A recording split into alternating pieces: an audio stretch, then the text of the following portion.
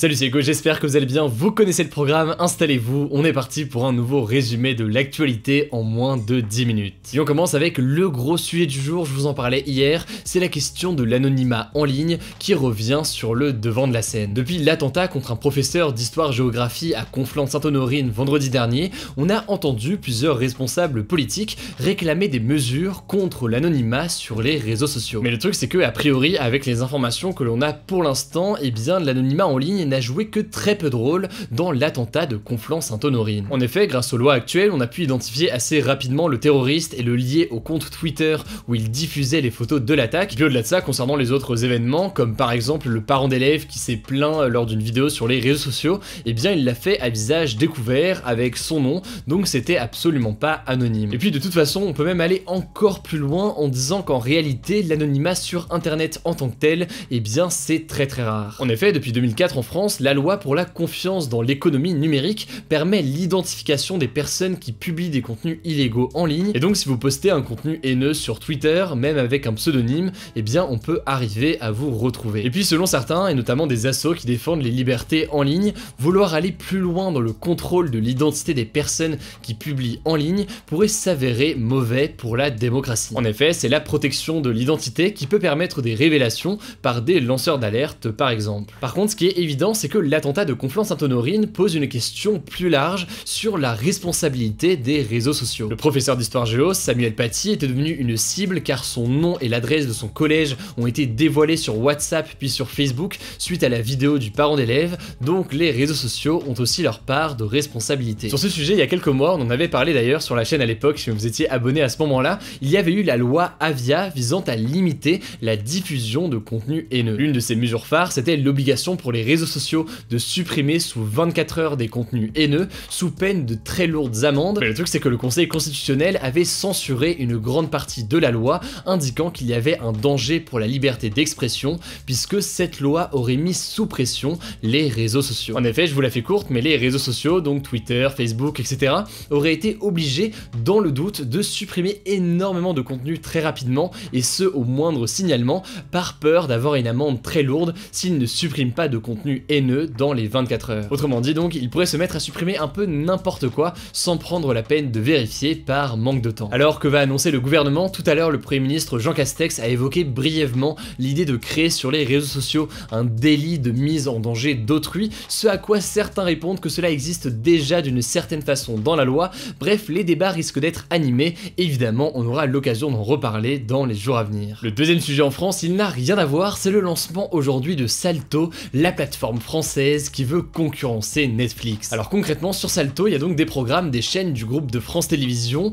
des chaînes du groupe de TF1 et des chaînes du groupe M6 que vous pourrez regarder en live et en replay, mais il y aura aussi en plus des programmes exclusifs comme des séries en intégralité ou encore des documentaires inédits, un peu comme on peut le retrouver sur Netflix. Et en l'occurrence, il faut savoir que cette alliance entre des chaînes publiques et des chaînes privées, c'est un peu une première en France. En fait, ces chaînes qui sont concurrentes à la base se sont réunis comme une sorte d'alliance française pour concurrencer les plateformes américaines de streaming comme Netflix, Amazon Prime ou encore Disney+. Et pour se différencier, Salto mise sur une majorité de programmes français et quelques programmes étrangers qui n'ont jamais été diffusés en France. Alors certes, l'argent fait pas tout, mais là en l'occurrence, l'argent permet souvent de financer des contenus et là Salto risque d'avoir du mal à concurrencer Netflix. Le budget pour les contenus devrait atteindre chez Salto les 250 millions d'euros sur 3 ans. C'est beaucoup, 250 millions, mais c'est très peu par rapport à Netflix qui, selon The Economist, a lâché près de 12 milliards d'euros rien qu'en 2018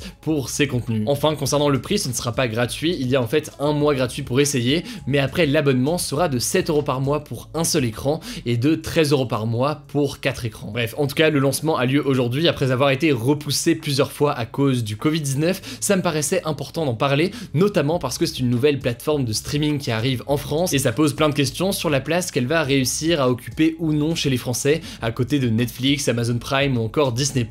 Bref, affaire à suivre dans les mois à venir. C'est donc l'heure du point à l'étranger et on commence avec des pays qui vont se reconfiner en Europe. Le premier pays, c'est l'Irlande qui va reconfiner sa population à partir de mercredi et ce pendant au moins 6 semaines. Bon alors c'est un confinement certes, mais plus allégé qu'au mois de mars puisque les écoles restent ouvertes. Cela dit, les Irlandais sont invités à rester chez eux et à ne pas se déplacer sauf quand c'est absolument nécessaire et seules les personnes qui ont un emploi qui est jugé essentiel auront le droit de sortir pour aller travailler pour les 6 prochaines semaines. En fait, le nombre de décès ces derniers jours est très faible dans le pays, mais le nombre de cas est en soudaine augmentation, ce qui a donc poussé le gouvernement à prendre des mesures strictes afin d'éviter une vague de décès. Par ailleurs, l'autre pays reconfiné en Europe, c'est le Pays de Galles, donc membre du Royaume-Uni, qui sera reconfiné pendant 2 semaines à partir de vendredi, et les restrictions sont en gros plus ou moins les mêmes qu'en Irlande. A noter que ce sont les 2 premiers pays européens à mettre en place des reconfinements. On verra donc s'ils sont efficaces dans les prochaines semaines, et surtout évidemment on verra si d'autres pays comme la France décident de suivre le pas et faire la même chose. Alors on continue le point à l'étranger avec les manifestants au Chili qui ont fêté les 1 an du mouvement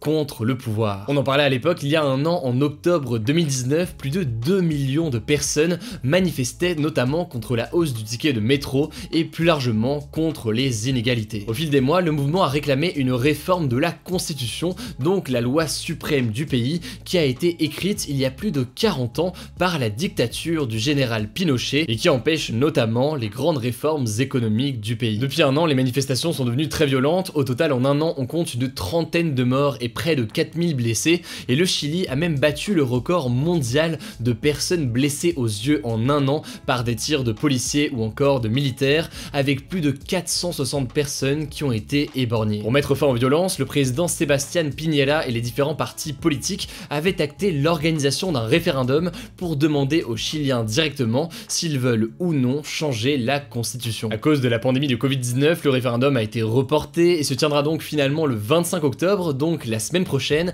et à 1 semaine du vote donc, pour célébrer les 1 an du mouvement, environ 30 000 Chiliens se sont rassemblés dimanche sur la Plaza Italia à Santiago, la capitale du pays. Alors au départ, le rassemblement devait être pacifique, mais des affrontements ont éclaté avec les forces de l'ordre, 2 églises ont été pillées et incendiées, plus de 600 personnes ont été interpellées et 118 policiers ont été blessés. Bref, vous l'aurez compris, c'est un anniversaire assez violent. À 1 semaine du référendum, les 2 camps s'accusent mutuellement et évidemment on aura l'occasion de reparler de ce référendum la semaine prochaine. La note positive du jour, elle est assez insolite. Je voulais vous parler d'un projet assez innovant en Australie pour replanter des arbres. En fait, l'ONG WWF a prévu d'utiliser des drones qui pourraient planter environ 40 000 graines par jour au-dessus des zones dévastées par les incendies du début d'année. En fait, les drones permettent de planter beaucoup plus d'arbres qu'en utilisant des méthodes plus traditionnelles, et surtout ils peuvent atteindre plus facilement des endroits difficiles d'accès pour les hommes. Alors cela dit, cette innovation elle a un coût. La WWF cherche à lever